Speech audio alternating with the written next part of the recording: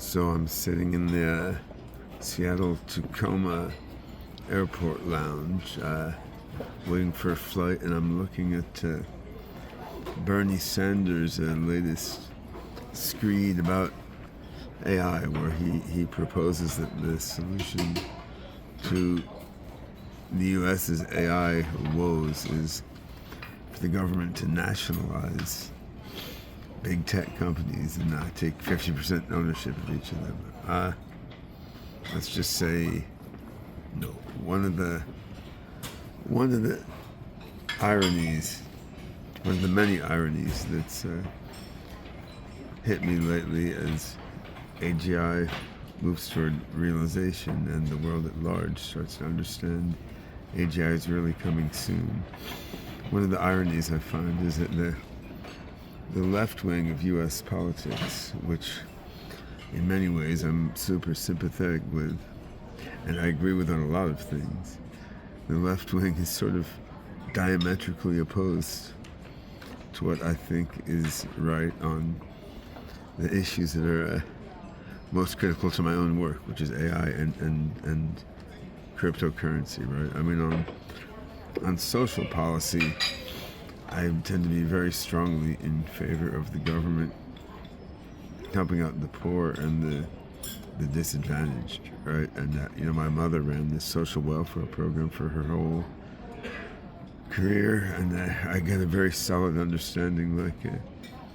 It's not usually someone's fault that they're in an unfortunate economic situation, and we're doing a lot of good by helping out adults and kids to make their economic situation better, right? But I also tend to be pacifist by default, if not dogma. I mean, I think most of the time the U.S.'s military adventures have been for the worse rather than for the better. On the other hand, for crypto, I mean, most of the left wants to essentially ban it or regulate it into dysfunctionality, but I mean, I think that's just wrong. Yes, crypto can be abused, but it has amazing potential for good, right? And amazing potential for innovation in coordinating people together to do cool things in novel ways. And for AI,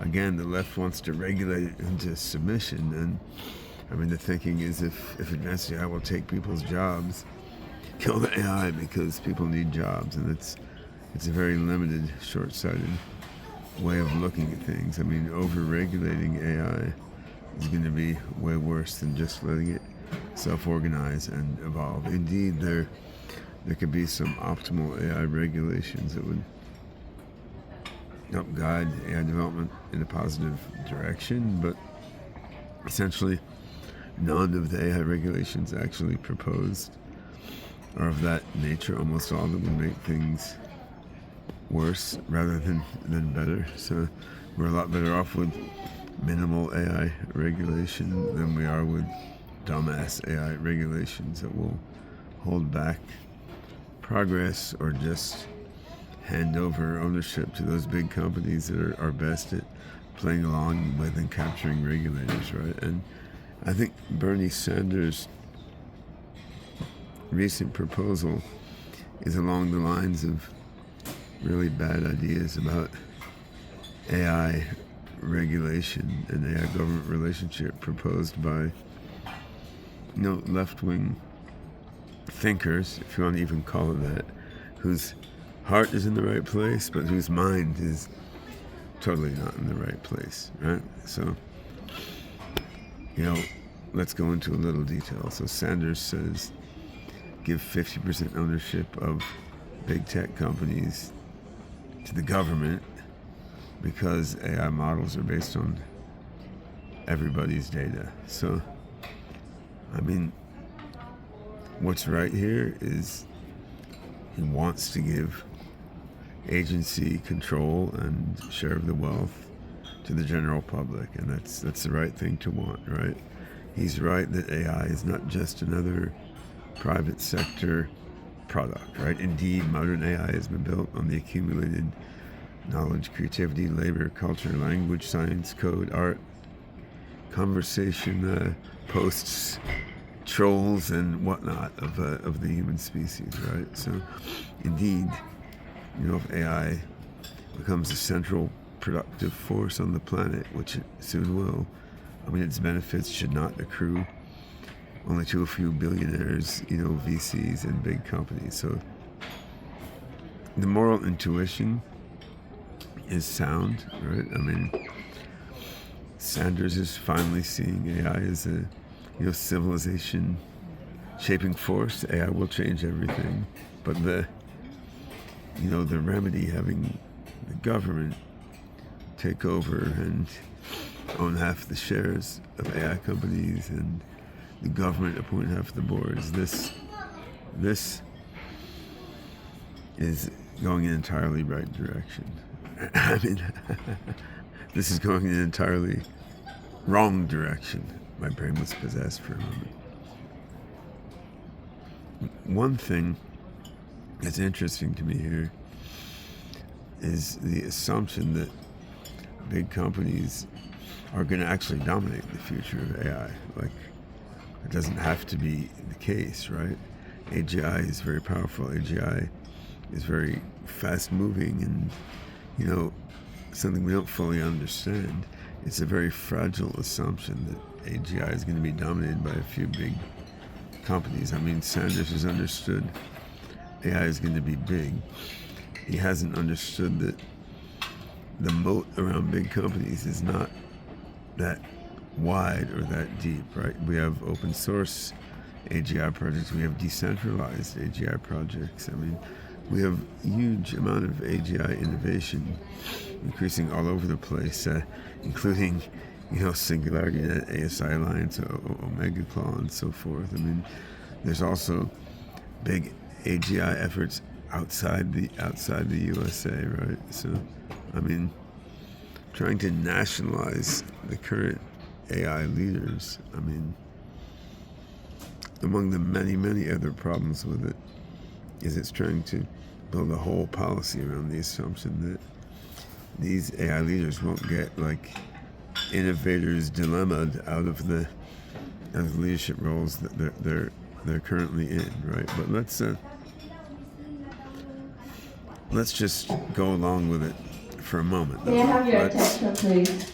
The cloud.sea is pleased to announce that Turkish Airline 204 with service to Istanbul is now boarding at gate S11. Once again, Turkish Airline 204 flying to Istanbul My flight is boarding. Is now boarding at gate S11. I'll wrap this up quickly. We hope you enjoyed your stay with us and have a pleasant flight.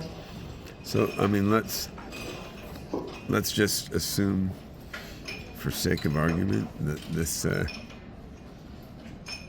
big tech companies are going to remain super important in pushing AGI forward right now. What are the risks of giving a 50% ownership stake, including board level control of these big tech companies, to the government? Well, what it would do is obviously slow these companies down, make them dysfunctional and incompetent at what they're doing, right? It's not like I think government is always bad. Public funding built the internet, built GPS, built modern computing, space exploration, largely military funding, which is another story. But government is really good at some kinds of innovation. The NIH has made amazing medical progress, not perfect, too conservative, hasn't pushed longevity like it should have. But AGI is not the kind of thing at the current stage that government is going to be good at. The U.S. government, U.S. military invented AI, literally, but AGI research now is exploratory, uncertain, weird, and super fast-moving, right? It depends on super rapid iteration, crazy technical disagreements, and the speculative architectures, open-ended experimentation. A company trying to build advanced AI while half governed by political appointees, it's going to optimize for optics, compliance, political acceptability. It's going to go super, super slow. It's going to become like a utility like the power company or something. So then what happens? The center of AI progress moves elsewhere, away from these big companies, to open source networks, to smaller companies, foreign companies, right? So then what happens? Well, then the government either accepts that innovation is elsewhere, or government tries to extend the same control regime to the new innovators outside the nationalized big companies, like nationalize every startup as soon as it starts, or autocratically outlaw them, right? I mean, it's a huge mess, right? And what's overlooked in this ridiculous, messy proposal is, the problem isn't ownership, who owns the stock, or who has board votes, right? Those are important questions, but they're shallow questions. The question is, what species of governance and guidance system can really do what AGI needs? What species of governance and guidance system can make wise, adaptive, transparent, participatory decisions at the speed and complexity that AGI needs, right? And our current political system is not that, right? Legislatures move slowly. Regulatory agencies are routinely captured by the industries they regulate. Public debate on big tech social networks is fragmented and emotionally easily manipulated. But nationalizing the social networks is not going to solve that, right? I mean, you need to get way more creative. And I've been thinking about this a bunch. I mean, my father, Ted GOERTZEL, who's a political sociologist, Ted and I have been working on a book called AGI Nation. I'm looking at what should the public policy be in the U.S. or other modern democracies as AGI unfolds. And, one of the notions we're exploring in the book is what we call creative decentralized governance, right? We don't want to replace human democracy with AI. We don't want to let corporations rule the future. What you want to do is let AI systems help people to enact democracy more intelligently, right? You don't want to ask which federal appointees sit on OpenAI's board. You want to ask, how can citizens meaningfully participate in AI governance? How can expert knowledge be integrated without creating technocracy? How can local communities shape AI deployment in their own lives? How can AI systems make their reasoning transparent enough to be challenged by people? How can competing AI systems audit each other? How do you avoid either of the evils of corporate monopoly or government monopoly? How can AGI help humanity deliberate better rather than just giving more power to this institution instead of that institution, right? I mean, these are what we need to be thinking about. These are the things my dad and I are trying to address in the book we're writing, AGI Nation. These are not things that Bernie Sanders, wonderful, good-hearted human being though he is, seems to be considering, right? So what do we need to do? That's a long story, but I mean, one, support decentralized AI infrastructure. Don't try to ban it. And I mean, at least the Trump administration's openness to crypto is not standing in the way of that. Second, government, if it wants to invest, don't just buy shares of big tech companies. Invest in open source and open science AI. Give public funding for decentralized AI networks and open AGI architectures. Create public AI infrastructure. Don't just buy shares in private AI companies, but create public, open, decentralized infrastructure, not monolithically owned and controlled AI infrastructure. Use antitrust law and interoperability policies, some reasonably powerful tools the government has to prevent lock-in, right? I mean, the point isn't that the government should own the monopolists. The point is that the government should stop there from being monopolies and oligopolies by fostering decentralized tooling and open science and technology, and by using antitrust to stop the monopolies from happening, right?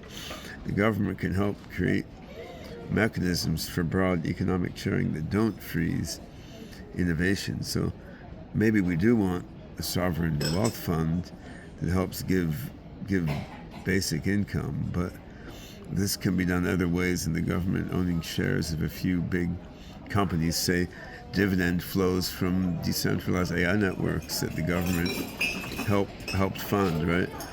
public stakes in publicly funded decentralized AI ventures. We don't need to just replace corporate monopoly with government/corporate monopoly that's just as oligopolistic and even less efficient, right? And the other thing is,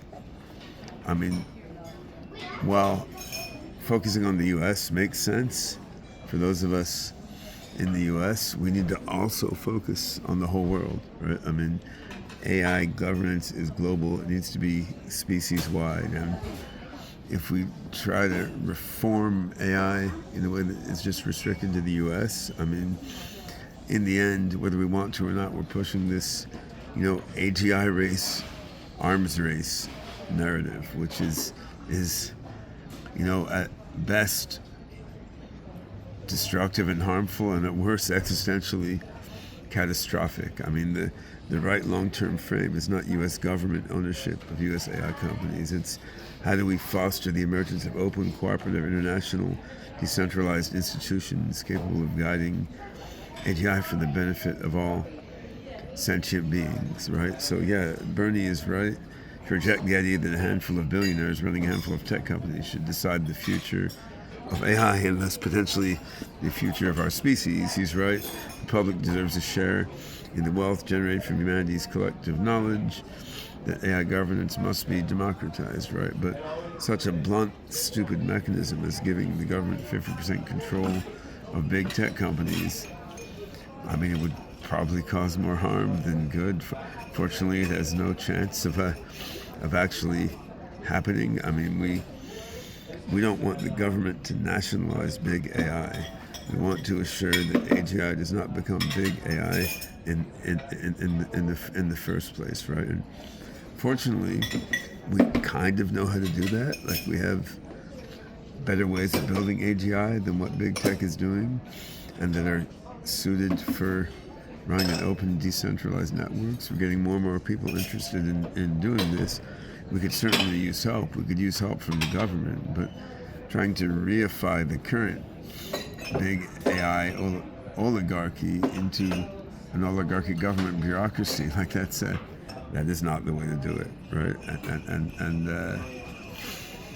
Yeah, it's disappointing to me as someone who's been on the political left for a long time to see the left wing trying to impose this archaic way of thinking on something that's fundamentally new. Like, the left often has their heart in the right place, but you have to have your mind in the right place too. And hopefully this book my dad and I are writing can help to sort of give a little more depth of thinking across the whole political spectrum about these critical issues. Because in the end, humanity has to build AGI together. This has to go beyond left versus right. It has to go beyond U.S. versus China versus Russia. It has to transcend ideological and global and national divisions. And we've all got to go back to the source of what brings us together, which is our common human bodies, human minds, human species, human compassion, human ambition, human fears. We have to go back to the commonality that brings us together and think of really innovative, creative, powerful solutions that match the power of the amazing technologies we're bringing to bear.